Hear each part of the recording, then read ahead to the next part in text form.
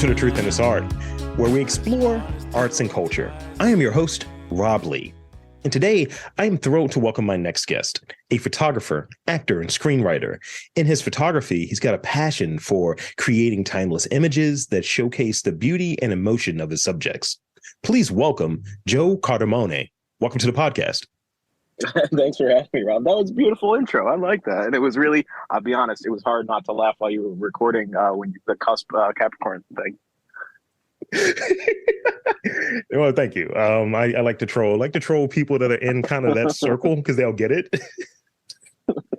Like I'll give you this quick aside before I get into the questions. When I'm being at my most petty, I'll say that's my inner Capricorn that's coming out. Yeah, I feel that. Okay. I mean, I think I was at a job one time and I had a direct report who was not like doing their job. And I was like, I will replace them with a sequel script. And I was like, and my boss, who's a Capricorn, was like, hell yeah, you will. So we know our things. Yeah. Oh my God, that's hilarious. So I appreciate you coming on and making the time. And the time, if you will, is a theme for this like first question, as we like to start off. Usually it's questions around the origin story creatively, a time when this happened or a time when that happened. So could you describe a time like, starting out what was like the first time you did anything creative and what was it?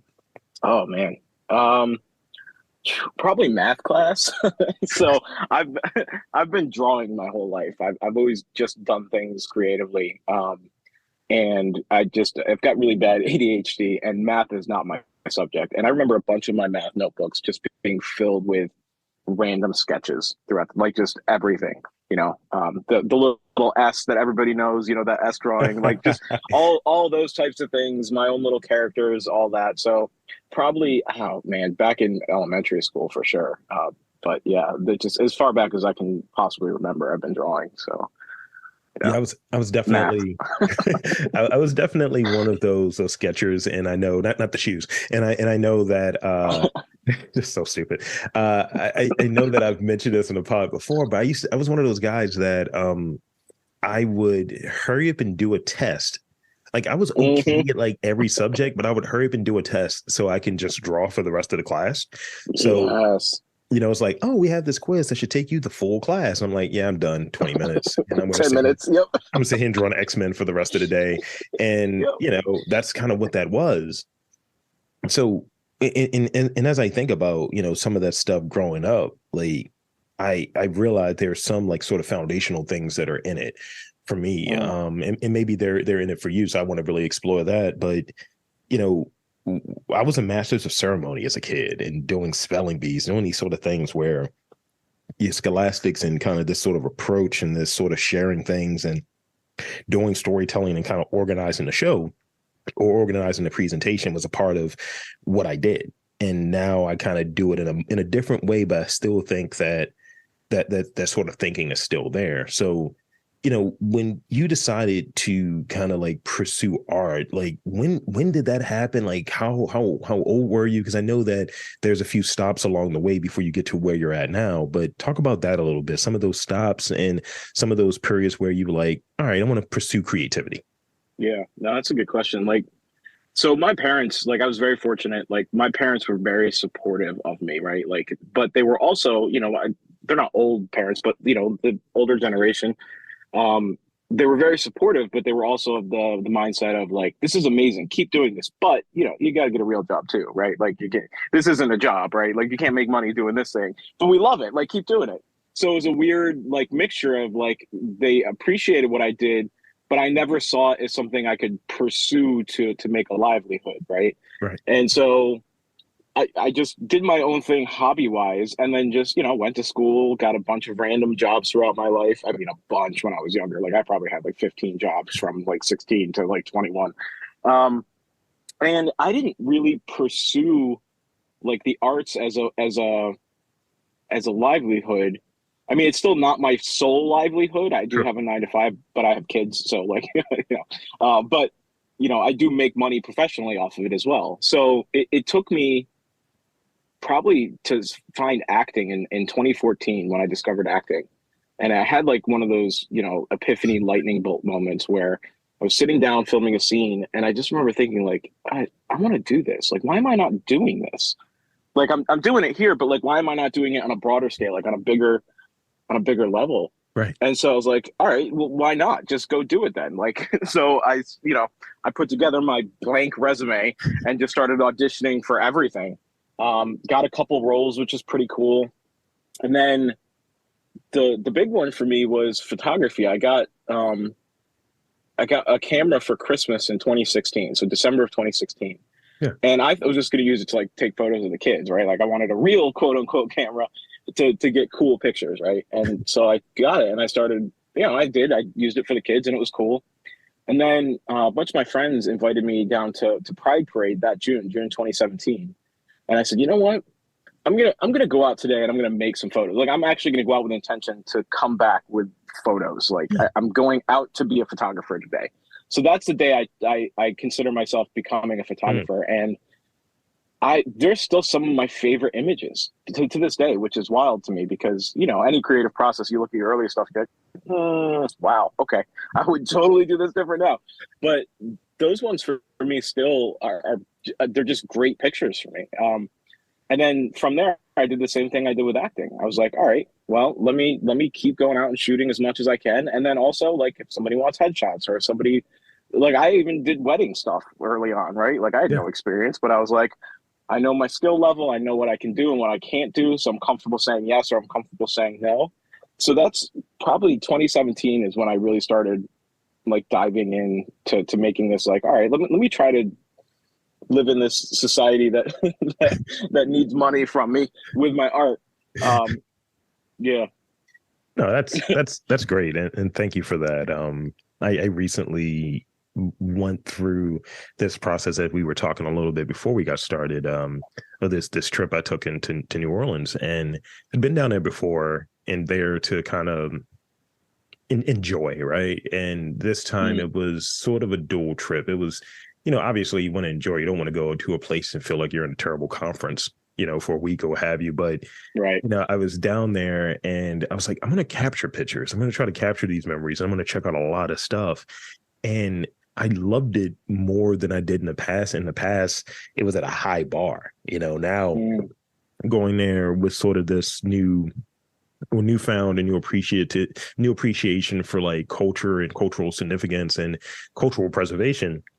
It's like, oh, I'm seeing things in a different way. Oh, this is the street art. Now I actually see it. I've been by this place before. It's like now it clicks. Or, even trying to capture an image. I'm not using real technology. I'm a data guy and I'm an audio guy. So I had the iPhone.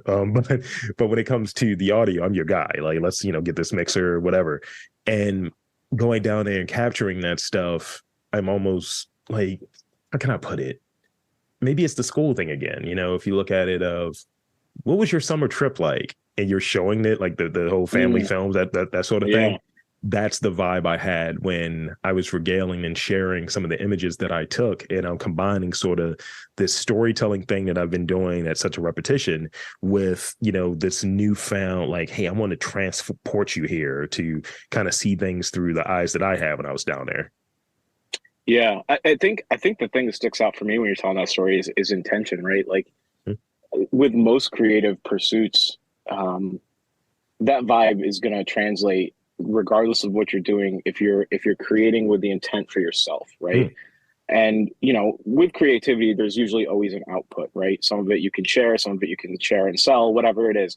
But if you're creating it for other people, either validation or strictly for money, not saying it's a bad thing, right? Like do yeah, yeah, you, but I think that feeling you get and that joy and the curiosity comes from it being for you. Like you mm, wanted to capture those because you wanted to capture those. And so your curiosity sparked, right? You yeah, got excited. You started noticing things you probably wouldn't notice. And that to me is always the key. If you start losing that, then I feel like you got to take a step back and say, like, why am I doing, like, what's your why? yeah. Why is the intention of what you're doing, right? And I think you encapsulate it perfectly, right? Like, just a really quick side note, Please. the iPhone part, any photographer you have on here, if you mention gear and stuff like that, the, most of them will tell you, and rightfully so, the best camera is the one you have on you, right? Like, Hmm. so I know what you're saying. Like, I just had an iPhone, stuff like that. But man, I've seen some incredible imagery captured from old iPhones or like old stuff. It's just about what you're seeing, what you're trying to relate, and also editing's a big part of it too. So, you know, Don't get me um, started. I'll pull out that 2003 LeBron James flip phone at Raw, and then we can make it happen. man, the nostalgia vibes are high right now. So I guarantee people will be like, "Man, look at this! This is retro." So yeah. Yeah, that's great. And I think going back to it, the intention component, that's why I enjoy doing this as much and tweaking it and kind of making it, something that really is, I think, about that really relates to me. It's not about me, but really relates to me Mm, and what I'm into, like from the purpose of the process of like curating guests, from the process of coming up with questions, from all of the different things that go into it. It's pretty much me. And I don't know mm, what I'm doing, as some artists will say, and that's why you can kind of continually just kind of tweak and search and explore. And I'm doing it for me. I'm doing and putting this hmm stuff out there for me. And if people like it, that's great. And, as things grow and people have, more attention, to it, and they have an investment to it, there are so many weird DMs I get of people telling me how to do the thing that I spent all of my time doing. So definitely, I just kind of ride that sort of wave of I enjoy doing this. This is how I enjoy doing it. This is my attention. This is mm. my why. And definitely, I'm a why big picture sort of guy. And everything else that kind of falls in between, I try to bring on people and try to build out a team to help with that. Yeah, no, I like that. I like that a lot. So in a few words, describe your photography, like however you want to describe it, whether it be style, whether it be certain components of it that, like, I'm very much a light guy or what have you. How would you Mm. describe your photography? So, storytelling through moments. Mm, And I know that's kind of broad, but that's kind of my photography. I mean, you've seen my work, so it's all over the place because I'm outside of client work, right? Like client work, you usually have like, hey, we need you to get this and this stuff like that. You get paid to do that stuff, right? But my own pursuits, the things that I love, I'm an opportunity photographer. mm, So I'll give myself I don't know, we'll just take the skate park downtown or something, right? Like today, I'm going to go down to the skate park and that's it. Like that's my only idea. I'm going down to the skate park with my camera, not, okay, I need to capture this and I need to make sure I get this. And, I got to, nope. I just go down there and say, like, I'm going to the skate park and whatever opportunities arise, like it could be the skaters, or while I'm down there, I could look over at the pier and be like, oh, check that out. That's pretty wild. yeah. Right. So I just allow myself to be open to opportunities as long as I have my camera and I'm going out with the intention of making photos that day. I will always come back with something that I really love. And so that's part of the reason why I don't really have a niche. Like I don't have like, oh, I'm a concert photographer or I'm a portrait. Again, nothing wrong with that. Like I think it's incredible if you can niche down and like get really great at a specific style. I think my style is more about probably what my photos look like or they feel very similar even though they're different subjects. And I Yeah. think that's just because when I make photos of what I love. Like it's a picture to me before I pick up my camera. And so I Yeah. feel like that translates regardless of the subject I'm taking. No, that makes a lot of sense. I like the way you said that.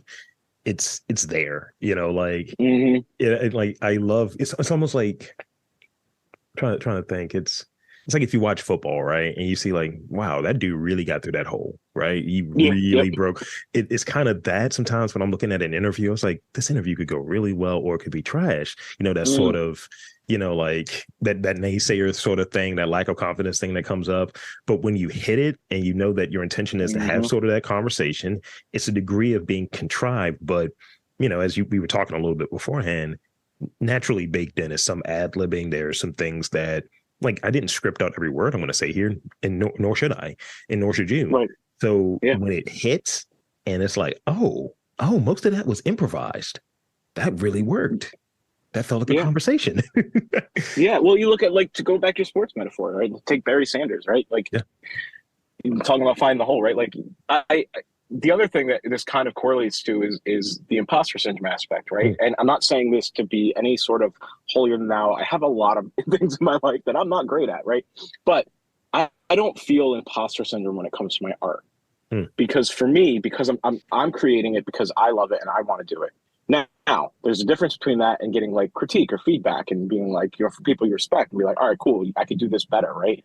But I don't feel unworthy or like, well, this person's doing this and I'm only doing this. No, I don't care like that. I think I'm great at what I do, but that doesn't mean I'm better than somebody at what they do. So like Barry Sanders, going back to the example, Yeah. like he wasn't like waiting for the hike and going like, I don't know, maybe I'm not a great running back. No, I guarantee he was like, I know I'm great at what I do, but it doesn't mean that he didn't fumble or get tackled too early Yeah. or not hit the hole he was supposed to, right? But if you look at the macro of what he did, he's great because he believed he was great and Mhm. pursued that greatness. That's it, right? Like that's all it came down to. It doesn't mean you don't fumble. It doesn't mean you don't have, you know, quote unquote failures throughout there, but it means you just consistently show up and know that you can consistently show up. And that's all it comes down to for me. It's sort of that question that I ask on occasion. Is it, curiosity? Is it passion? What is Mm, sort of that drive? What's baked into that drive? Yeah. yeah. So would you like, and I think you touched on it, but if there's another one, please do. But if you say like, no, that was the one, could you share an experience that like affected your vision as a photographer? Like, yeah, I see photography in this way. I see lighting in this way. I see capturing these images. This is my sensibility as a result of this sort of experience. Is there one that comes to mind for you? So I won't. I don't think it's like an event or me doing it, but probably my biggest inspiration in photography is Devin Allen. So getting his book A Beautiful Ghetto when it came out, it was the first time. And I'm a white dude from upstate New York, right? So like my connection with his photos is going to be way different than other people's, right? But it was still a connection where when I looked through the book, I was like, oh, this is what people mean when they say storytelling through photos. Okay, this makes a lot more sense to me now. And he's the reason also that I started shooting in. So all my photos, even the ones in color, I shoot them in black and white. So Mm. my camera and my viewfinder, and when I bring them over to my computer, are all over in black and white. I never see them in color unless I decide to change them to color. So that changed a lot of it changed how I do photography, just period. Because for me, doing it in black and white allows me to remove all the distractions other than what I'm trying to capture, right? Like if there is a red car in the scene and I'm only making this picture because the red stands out, doesn't mean it's not bad, right? Like plenty Mhm. of people do it amazing, right? And I still do that sometimes too, where the color is the reason for the picture, right? But for me, that's not really a story. It's more like, hey, here's a pretty picture. So if I can make that photo tell a story without relying on it just being pretty, that's what matters to me, right? Like if I need the red in the car to make this picture, then to me it's not really a picture that I need to take. It might be still one I take just because I'm like having fun too and like seeing pretty pictures, but it wouldn't fit in my portfolio of like, hey, here's me as a photographer. Um, yeah, so I would say finding Devin and his work would be my biggest change in photography, and that was what was that 2018, 2019, whenever Beautiful Ghetto came out. I Yeah. was like, oh, okay, this is completely altering how I do photography now. Shout out to Devin Allen. He's been on the pod. Yeah. Um, I'd have to say, I've had a few conversations, a few podcasts like that. Like, there's always a sort of tinge of imposter syndrome, or what have you, and having sort of those things. Like, I know why I'm doing it. I know that I've been doing it Mm, for a while, and I think that I'm good at it. But it's always something new. It's always a new conversation, mm-hmm. and doing it as long as I have, the first 10 years of it, if you will, of podcasting as a whole, it was kind of like at home with my small circle of friends and just putting it out there and seeing what happens. Not really caring. We got it. We did the thing. We had some laughs. Yeah. But now it's kind of like, all right, I at least have another person who, in many instances, only knows of me from maybe the podcast or doesn't know who I am at all. So there's not that sort of connection that's baked in. And the really interesting thing is, by the time most of these interviews end, there's some sort of imprinting that happens. There's some sort Mm, of conversation that leads to maybe further conversations and further collaboration potentially. And so I think there's something to be said about that. And I don't think that I'm actually doing anything. I think I'm just having a conversation with people, and it relates. I'm just trying to be myself as much as I can in doing these interviews with a certain direction to it, but in doing the conversations and doing the interviews.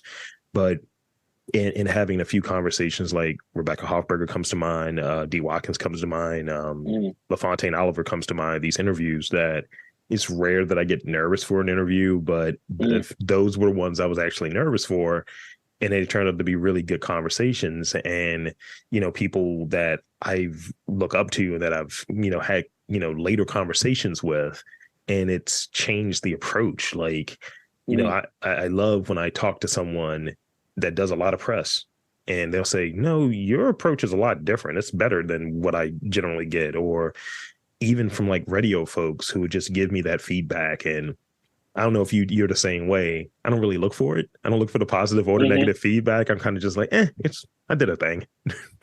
Yeah, no, I mean, we're still human at the end of the day, right? Yeah. Like, so I'd be lying if I didn't say like somebody saying like, "Wow, I really love this photo," or like this hit me in this way, or this reminded me of my childhood. Is like didn't hit me. I'd be like, "Oh, wow, I appreciate it." But like, I try to temper that with the same way that somebody come to be like, "Oh, I this photo looks like crap. Like this is garbage," right? So Yeah. like both of those, I try not to elevate, right? So this one looks like crap. If I had imposter syndrome about my art, it would affect me as a creative, not as a photographer. Just as like maybe I need to change something, or maybe I need to look at what. My first question would be like, well, why don't you like? Why do you think it's crap? Right? Not like Yeah. it wouldn't be directed internally of like, oh, maybe I'm not good. It would be, well, why do you think it's not good? Right? Mm-hmm. So the same way of somebody saying this is amazing, I'd be like, wow, I appreciate that. That's awesome, right? But it's not like, oh, I am amazing. Like I'm because to me, Yeah. like so artists for so long have been beaten down and brainwashed of Mm-hmm. being humble. Like you gotta be humble at what you do, not just artists, but I think most people, right? Yeah. You gotta be humble, you gotta be humble. And I think humility is important, Yeah. right? But humility to me is not it doesn't mean don't say you're great. Like me personally, I believe I'm great at what I do. But Yeah. that doesn't mean I'm better than somebody else. And it also doesn't mean that I can't be great in 5 years from where I am, right? Like Mm-hmm. I'm still going to grow. I'm still going to be curious. So my greatness now is not the same that I'm going to feel my greatness in 5 years from now, right? Yeah. But I also don't have to sit here and say like, oh, I'm all right, I'm okay. No, I know my skill. I know what I can do. So it's okay for us to you know, big ourselves up a little bit and say like, I'm great at this thing I love doing. That's okay. It's okay to feel that. I mean, let me really, get off the chain one day and just walk into some friggin' art gallery wearing a caftan, all black, just there like I own the place, and just spouting LeVar Ball comments like never lost, never lost. And I mean that's the alter ego I have. I already have it Yeah, written yeah. down. It's just I just have to execute it. And you know what I'm gonna call it? Oh, that's just performance art. That's a character I play. I Yeah, can that's see it now. amazing. People are like, Robin's been in the art world a little too long. So, Hey man, I feel like I don't know you anymore. What's going on? look, man, I've had one white guy told me that in the past. He's like, your ego is out of control. Like, what do you mean? It's a craftily constructed character. Oh If god. anything, I'm Andy Kaufman. So, Ew. so in going back, so being in the photography world for the last Mm, 6 years at this point, right? As far as like doing it at a regular clip, mm. talk about some of the enhancement and the changes that have happened from your gear early on to like what you're using now, techniques that you're using now, that because you touched on a little bit earlier, really liking the work that you did, like, at Pride at that time or what have you. But talk about some of the gear, because I look back at the gear, I have a few pieces that are here and I'm like, this looks like a Fisher Price toy. What am I Mm. doing? And now looking at this sort of like more refined gear that definitely needs an upgrade, because some of the gear I have, I'm recording this through a mixer right now. This is probably 7 years old and definitely in Right. due for an upgrade. So talk about that, because technology has changed. Oh yeah, for sure. No, so like, all right, it's a weird thing because it feels like going back on what I said, where like the best camera you have is the one you have on you, right? Like that is true. What is also true is there's tools that will help you do certain things that you're trying to do better, right? It doesn't make like I'll just use myself. It doesn't make me a better photographer because I have better gear, right? But different gear will allow me to do things I wouldn't be able to do without that gear. Mm. So that's how I look at it, right? So a great example would be like, if Gordon Parks was still around, you handed him an iPhone camera, do you think he wouldn't be able to take absolutely insane photos? Of course he would, right? Because it wasn't about the camera he had. It was about his storytelling and his connection and Yeah. what he was trying to express, right? So yes, gear does matter, but it only matters to a point. Same thing, like the opposite end of that. Take somebody who's never been a photographer, you give them a brand new Leica with their brand new lens and stuff like that. It doesn't mean you're gonna get stuff that goes in the Smithsonian tomorrow, Yeah. right? Like that's just not gonna happen. Um, but gear has changed in a good sense of like I like the fact that cameras are a little smaller now because I go out with my camera anytime I leave the house. That's not just to the gas station. I have my camera with me, right? So I like not having like a camera with a huge lens and it weighs like 50 pounds and stuff when I know I'm just going to be, just driving around, maybe getting a couple images here and there. So I like the mirrorless cameras. I'm really big fan of the mirrorless cameras because of the small body. Um, and the big thing is like the viewfinder is electronic now. So like I said, I shoot in black and white. So because the viewfinder, when I'm looking through, is electronic, it shows me in black and white when I'm Mm. capturing. So like I'm not looking through a viewfinder looking at just like I'm looking through glass. I'm looking through it like I'm looking at a TV screen that's in black and white. Nice. Nice. So that really helps me be able to compose my image knowing what it's going to look like instead of trying to say like, all right, in my head I got to convert this to black and white. Like what would this look like? So that's been a real benefit for me. But other than that, like honestly, like that's where the gear right now, that's basically where it stops for me of it mattering. Like as long as you have a good lens as a photographer, you're fine. You're gonna be all right. So I'll tell anybody who's listening to this and wants to start photography, don't worry about the camera body. Don't worry about like megapixels and stabilization and all this stuff. Get whatever you can afford, but make sure the lens is where you put more of the money. If you've got a budget, use 90% of your budget for a good lens. Worry less about the camera body. Yeah. Yeah. Like I look at the same thing from like I can fit my gear into a fanny pack now, right? And Mm-hmm. you want to be agile, you want to be able to get it. And I can do a 4 mic setup. The only thing that wouldn't fit in there is headphones, but I'm looking at ways to really scale those down. Just studio headphones as earbuds or AirPods doesn't really work. Mm. But so having those aside from that, I have like 2 fanny packs that, I can just do a full 4-person production with and just shoot it over. You know what I mean? And Yeah. looking at that now, I remember when I first got like my mixer, the one I was describing Mm-hmm. earlier, I was like, I'm not lugging this thing along. When you say lugging, it's a size thing, right? Yeah, yeah.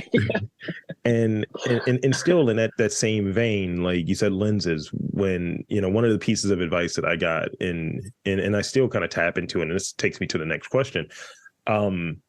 Make sure you get good cables. Like these microphone cables. Like you start looking at them, I have like Japanese cables, right? Some of the ones I've had before were flimsy, and I was like, why is this audio a little off? What's going on here? The guest would sound really good, coming through Zoom of all things, but I would sound terrible. And it's like, and maybe it's the same thing now, who knows? But it's still this sort of thing of, all right, how can I improve this? And always looking for that. So in that respect, how do you go about like learning new skills and keeping like what sharp and always trying to move towards, this new level of attainment and knowledge? Are you more of a YouTube University sort of guy? Are you learning by doing? What is your approach to learning and picking up new skills? So I'm a both. I would say, I would say it's 80-20. Like 80% just go out and do, right? Like Yeah. because even if, let's say I studied, I got a, I don't know, photography book and workbook and, got all these masterclass lessons and did it and stuff like that, you would still have to go do it to figure it out, right? Like Mm-hmm. you can learn as much as you want intellectually, but until you're doing it, you're not going to understand like the problems you're going to run into or the things that, they taught you that you actually have to try to apply and say like, oh, okay, this worked because of this, or this didn't work because of this. So yeah, when it's something new, like, I don't know, how do I get a tilt shift effect or how do I get a halo on my lens? Like, what kind of thing do I need to do to try to do this? I'll go YouTube University and say like, what are these people using? How do you do it? And then I'll just go do it, right? Like I want to figure out the process or like where to start from, and then I'll just go do my own thing with it and figure out if it works for me or it doesn't work for me. So yeah, I would say doing is probably way more important for me than just learning, because I didn't even YouTube University when I first got the camera. I just took it out and started shooting, and I had no idea what I was doing. No idea. I was that way. I don't know if you can see the video component, but I was that way yesterday. I bought a new green screen, and it was something I was not understanding. I was like, am I going to take this $200 piece of nonsense back? And then it was something at the bottom where you just had to just play with it. Like I looked in the manual and there was nothing in the manual that said anything. And I was like, hold up. And having to look at it, I was like, oh, these things turn out. Okay, cool. That's now it stands up straight by itself, because it kept knocking over my Funko Pops, and I was not happy about that. As a man, and his audience is his Funko Pops, you know. Yeah. You get it. It's 200 piece of crap. Go back. And meanwhile, on Aperture U. So this is the last real question I got for you, and two-part question. Okay. So aside from photography, we touched on it earlier, actor and screenwriting is another interest. So what prompted you to like just kind of continue like stay in between like multiple different things? I think you touched on it, but I want to add this extra layer to it. Like I see there's an element with, you know, being in front of the camera, being behind the camera, and potentially even writing stuff that's going to be presented on camera. So, you know, why has like visuals always been a part of sort of your creative expression? It seems like it all goes together. That's a good question. And you know what's funny is I don't think I've ever thought of that way. So I'm not sure if I even have an answer for that. Because with acting, I actually want nothing to do with behind the camera. Like nothing to do behind the camera. Like I want to do as little as possible behind the camera. Right. I had to learn stuff because I started my own production company, and you know, we have no money. So like I can't hire like other people to do things. So I would have to like step in and like learn these different roles. But like outside of necessity, I don't know. I don't know what drew me to acting really. Like I said, like I started doing it and I was like, this is just cool. Like this is a different level of, because like you're storytelling other people's stories. And I've loved movies my whole life. I mean, all of us watch TV and watch movies. So what are movies? There. What are movies? All right, I'll bite. What's this movie you speak of? No, so I wanted to try it. And when I tried it, I was like, this is just fun, man. Like it was just enjoyable to me. It hit something that I didn't even realize was in there in my life.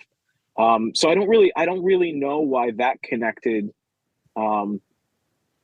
in my life. I really don't. I wish I had like a really cool deep answer of like, this is why I pursued acting. It's like, no, I just started it and I was like, it was, to me, there's a difference between being excited and being passionate, right? I'm excited about a lot of things. I'm passionate about very few things. And photography and acting have always stayed at that level for me. Yeah. I've never felt any waning of like I never like did something with acting and be like, ugh, or got my camera and be like, ugh. I'm always like, all right, cool, let's go do this thing. Like I can't wait to figure this out or try this out or whatever, right? Never once. So I don't know why I connected with acting. Photography is because I like being a witness to those moments that I'm capturing. I like telling that story for myself and for, you know, if there's stuff to share for other people, because you know, it's memories frozen in time, and I think that's a really cool thing to express. No, that's great, and I think it is definitely, you know, something just to kind of chew on and read this, because I do the same thing. Like, you know, as a person that on occasion gets stage fright being in front of people, and folks are asking me, how do you do a podcast? And I was like, because I have this glass like wall of protection and I can fake it the entire time. But yeah, it is definitely something that I kind of explore and look at, you know, what's the sort of through line, if you will, and how did those things sort of connect? Like, you know, I get asked to do different things. I got asked to do something earlier, TED Talk related. And I was like, I don't know, I don't know about this one. But I have that sort of override thing too of, if it's something that, and I guess this is where the passion and the excitement sort of thing comes in. I don't get excited about a lot of things. I get a certain, like, I get whelmed I call it that. Not Get overwhelmed. well. I get whelmed. I get whelmed when it comes to certain conversations, but when it goes to something that's related to like social interactions, whelm me. But when it comes to something like doing this, I'm passionate about it, and there's some more excitement there than normally is. Like, hey, we're gonna have this conversation. Hold on, let me put the mics on real quick. That's literally how it goes. Yeah. Really quick. I know it was, Please. but I wanted to Yeah. not to therapize on the podcast, but for the TED Talk thing, right? Like you're already doing it. I know you said you got the screen or whatever, right? Yeah. But like one of the things I found very helpful, and again, this is just my own perspective advice, but one of the things I found very helpful is because I did improv, and part of our graduation was we had to put on an improv show in front of paying people. Like people bought tickets to come see us, and we had to put on an improv show. And it was my first time ever doing that. Right, I'd never like been up on stage and doing it, and I absolutely loved it. Like I loved it. And I didn't know if I would or not. Like I'm not shy, but there's a difference between not being shy and like performing something that you just started doing in front of people who paid to see you there. One of the things I realized is people want you to succeed, right? It goes back to that imposter syndrome thing, right? We always think people are judging us negatively, right? But for the most part, people aren't usually thinking about other people. They're usually thinking about themselves. And also, think about when you go to a concert, right? You're not hoping the band screws up. You want to see them. You want to have fun. You want to enjoy yourself, right? Yeah. So they're rooting for you. The people that you're talking to in front of or they're there for you. They want you to do well because that affects their experience and their joy, right? So they're either not thinking about you or they're actually rooting for you. So it's more like if you can think about it less as being separate from the crowd and more about they're just paying attention to, I'm part of this crowd too. I just happen to be holding court at the moment and they want me to do well while I'm holding court. So you're saying that's selfish, Joe. Thanks. I appreciate that. No. That's great. And thank you. I think, that's beneficial and I'm hearing that. And I think even, the folks listening will get a lot out of that. And, I've gotten this piece, and one of the last times it was actually because I do a movie review podcast as well. We'll talk about that probably a little later. But I remember sitting there, and I really enjoy doing those. And sitting there, we were discussing The Room, that 2003 movie that's terrible, and and pretty much the edict was just be funny for an hour. I was like, you mean we're just talking through the movie? We're riffing like Mystery Science Theater 3000? And I no prep, no nothing. I was like, oh, okay. And I remember my partner was telling me, she was just like, nobody knows what's supposed to happen. So whatever happens is the thing that happened. That's really what it is. You can't mess up. So just kind of having those things that, it kind of connects where, that's something you would tell someone that's going on stage. That's, the whole break a leg thing, but I think it's applicable. And I think that's why these sorts of conversations across different creative sort of disciplines are important. Yeah, I completely agree. So with that, it's time for us to get to some rapid fire questions. Boy.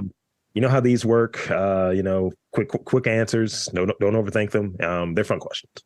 So I'm going to start off with a, something that's a little bit related to, photography and all. What is the number one thing that makes it for a good photograph?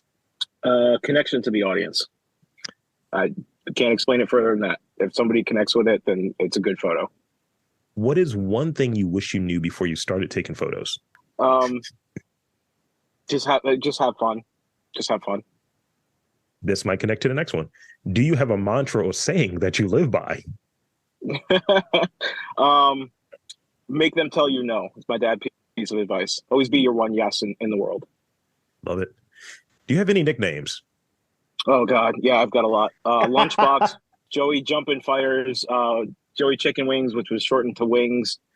We'll stop there. The Cardamone man. Okay, this is the last one. You touched on it earlier, and I gotta ask. I'd be remiss if I didn't ask. What is your favorite movie of 2022? Oh God, 2022. I don't know if I've seen. We're recording this at the very beginning of 2023, so Oh man, what did I see in 22? Dude, I don't even remember. Honestly, like, I can't believe this is gonna be the one gonna trip me up because I don't even remember. What was your favorite movie that you've seen over the last 5 years? Into the Spider-Verse. You get it. Technically cheating, but you get it. So with that, I want to thank you for coming onto this podcast and chopping it up with me. Very enjoyable conversation. And I want to invite and encourage you to share with the listeners where they can check you out, your work, and learn a little bit more about what you do and how you do it. The floor is yours. Yeah, I appreciate it. Well, first off, I want to say thanks for having me on. I enjoyed the conversation a lot for sure. Yeah, my website, all my social medias are at the Joe Cardamone. Yeah, I'm lucky enough to get all of those because my name isn't very common. So, yeah, so IG, Twitter, website, you can check me out there. And there you have it, folks. I want to again thank Joe Cardamone for coming on. And I'm Rob Lee, saying that there's art, culture, community, photography, in and around your neck of the woods. You just have to look for it.